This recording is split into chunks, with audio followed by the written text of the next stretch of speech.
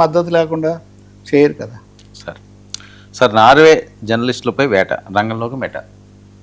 నిన్న మనము చర్చించాం. ఆమె హెల్లీ లేయింగ్ అని ఆమె మోదీ గారిని ప్రశ్నించారు. మీ దేశంలో ఎట్లా ఈ మీడియా మీద దాడులు జరుగుతున్నాయి ఇట్లాంటి ప్రశ్న వేశారు. ఆయన సహజంగా జవాబు చెప్పకుండా వెళ్ళిపోయారు. తర్వాత ప్రభుత్వం తరఫున విదేశాంగ శాఖ తరఫున జార్జ్ అని ఆయన చాలా విరుచుకుపడ్డారు. మీరు అక్కడ ఏదో తలా తోకలేని వాళ్ళు చెప్తున్నారు, మా దేశంలో చాలా బ్రహ్మాండంగా ఉంది.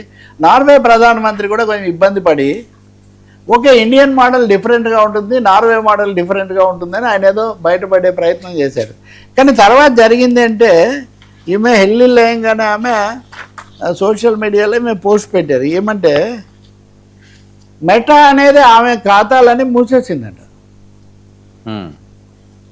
ఆ మొదటేమో ఆమె మీద ఏమీ చర్య తీసుకోలేదు అది ఇది అన్నారు. కానీ నార్వేలో కూడా ఆమె మీద ఆమె పోస్టులు తొలగించి ఆమె వాయిస్ వినపడకుండా చేశారు. ఇలా చేసి ఉండకూడదు అనే పద్ధతిలో. If you are trying to reach me on Instagram or Facebook I would like to let you know that I have been suspended from both accounts. I have wanted to respond as many Indians as possible, but my responses will now be delayed. I hope అంటే watts అంటే meta మీద కూడా ఒత్తిడి తెచ్చి ఆమె accounts ఇవన్నీ లేకుండా చేశారనేది ఒకటి. రెండోది భారతదేశ ప్రతిష్ట కూడా దీనివల్ల కొంచెం భంగం కలుగుతుంది కాబట్టి అక్కడ ఇట్లాంటివి జరిగింది. అయినా కానీ నార్వే ప్రధానమంత్రి కొంచెం మోదీని సర్దుబాటు చేయడానికి ఆయన ప్రయత్నించారు.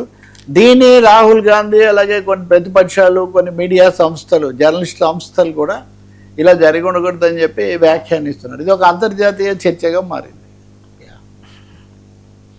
సార్ డీలిమిటేషన్ అన్యాయం ఖురేషీ షా అంటే ఇది చాలా ముఖ్యమైన విషయం. నిన్న ఎస్ఎం ఖురేషీ అని గతంలో ప్రధాన ఎన్నికల కమిషనర్ సిఈసి ఎస్వై ఖురేషీ